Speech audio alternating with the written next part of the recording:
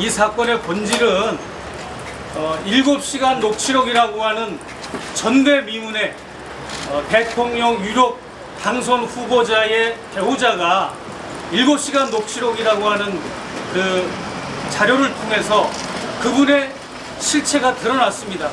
많은 국민들이 우려를 하고 굉장히 걱정을 많이 했습니다. 저런 배우자가 만약에 당선이 됐다면 분명히 이거는 국정농단이 될 것인데 라고 많은 분들이 우려를 했고, 제가 거기에 이어서 7시간 녹취록이 김건희 여사의 정책을 드러난 거라고 하면 이번 디올백 사건은 언더커버 취재 차원에서 김건희 여사를 검증한 겁니다.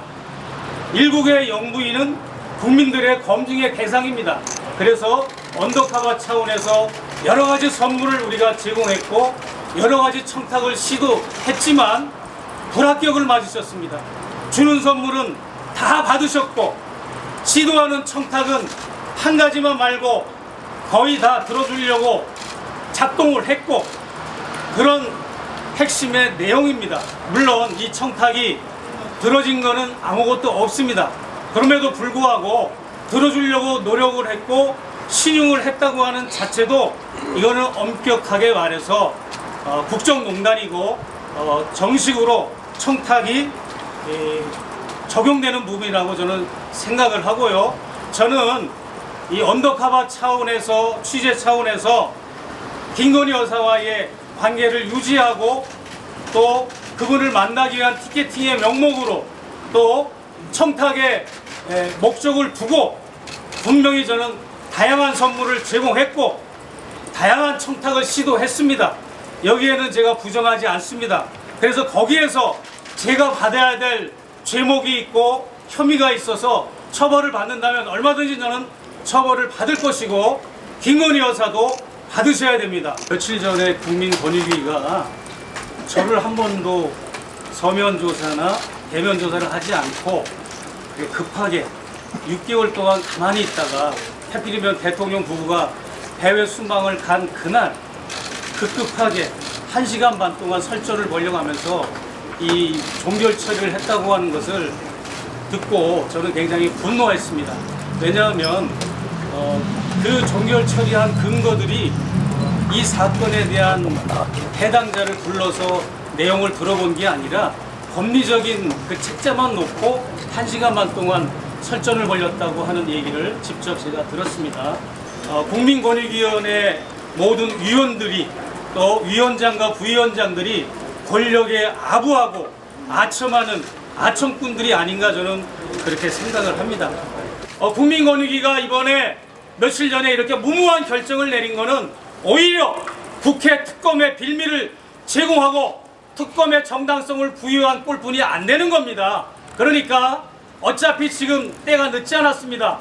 김건희 여사와 윤석열 대통령이 귀국하시면 다음 주에 검찰은 온 국민들이 보는 앞에서 대통령실을 압수수색하고 김건희 여사를 포토라인에 세우고 그 다음에 제가 아크로비스타의 양주와 여러 가지 선물을 갖다 줄 때 적었던 선물 목록 장부 그것을 경호처에 가서 압수하면 누가 어떤 선물을 갖다 줬는지 다 나옵니다.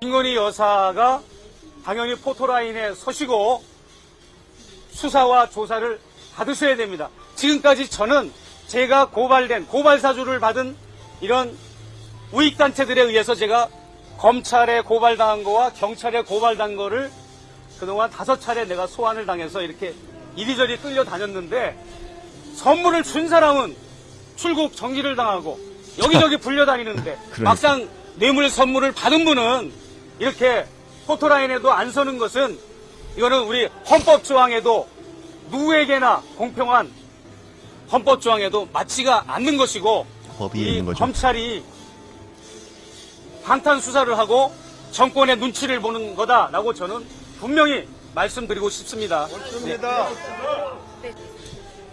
이채 양명주라고 하는 촛불 집회에서 윤석열, 김건희 두 부부의 범죄 혐의를 규명하자 해가지고 특검이 됐든 국정조사가 됐든 그것을 밝히자라고 하는 게 이채 양명주입니다. 이태원 압사 사건, 이태원 참사 사건, 최상병 수사 외압 사건, 양평 고속도로 변경 사건, 그리고 명품백 수수 사건, 그리고 주가 조작 사건, 이것을 이채 양명주라고 하는데 저는 여기에다가 세 개를 더 추가하고 싶습니다. 이채 양명주 대사약, 대통령의 불법 관권 선거, 그 다음에 사이비 무속인들의 국정개입과 농단, 그 다음에 대통령의 알코올 중독, 약물 중독은 우리 국민들의 입장에서는 대통령 유고 상태고, 만약에 전시 상태나 정말 중요한 선택을 하고 결정을 할 때 대통령이 판단력이 흐리고 아무런 지도력을 발휘하지 못하는 그런 거는 있을 수가 없기 때문에 그것은 탄핵 사유에 해당된다고 저는 생각을 합니다.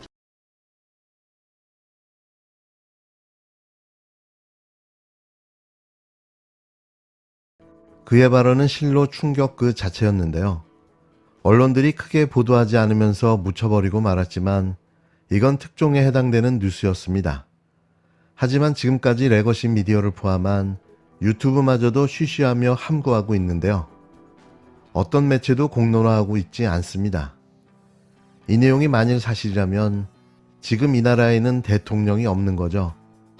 약은 뭐냐 하면 대통령의 약물 중독입니다. 여러분 다 아시다시피 윤석열 대통령이 술을 좋아하시는 거 잘 알 겁니다.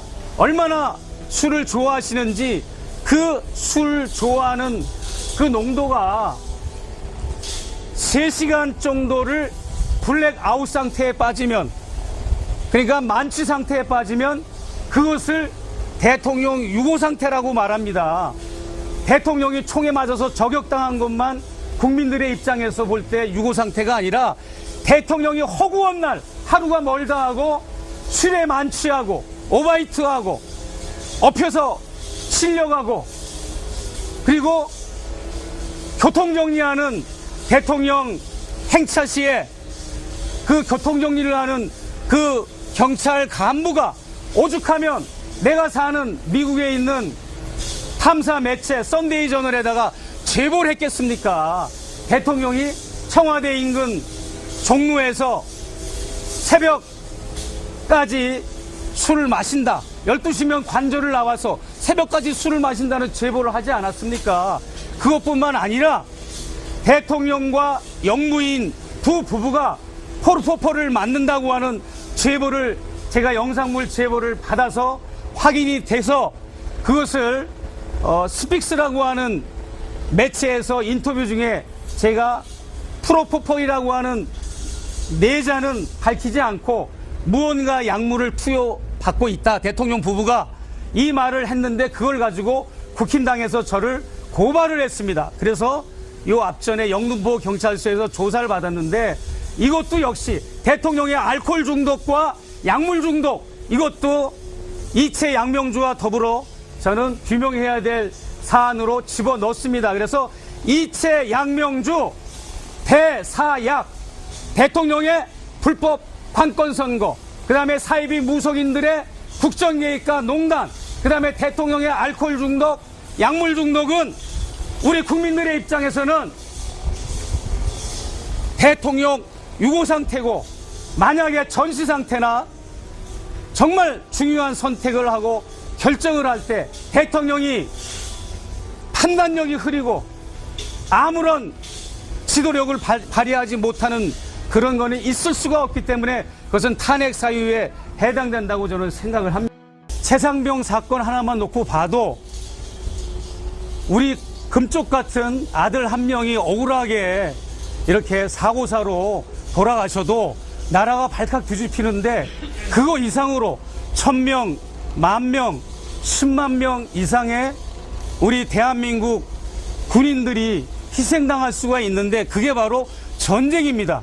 그런데 이 윤석열 대통령은 국군 통수권자로서 과연 이 우리 국민들의 생명과 재산을 소중히 여기는 마음이 있는지, 한미일 동맹을 통해서 북을 악마하고 북을 초토화시키는 그런 작전만 피고 있고, 북한 붕괴론과 또 북한을 선제 타격하고 또 북한을 이제 이승만 때 했던 북진 통일을 다시 통일부에서 북진 통일을 정책화하는 이런 모습을 보고 저는 굉장히 불안함을 느꼈습니다. 지금도 불안할 뿐더러 대선 기간에도 불안했기 때문에 저는 통일운동을 하는 재미교포로서 내 조국의 평화 시스템의 구축을 위해서, 전쟁 방지를 위해서 대통령 부부에게 연락을 취했던 겁니다.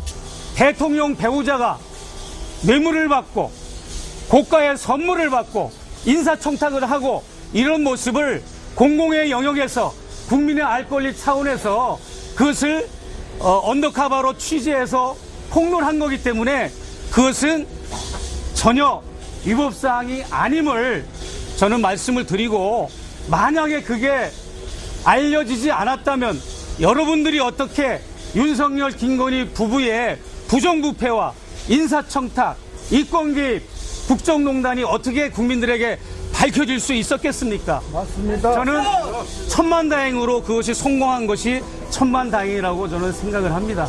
네.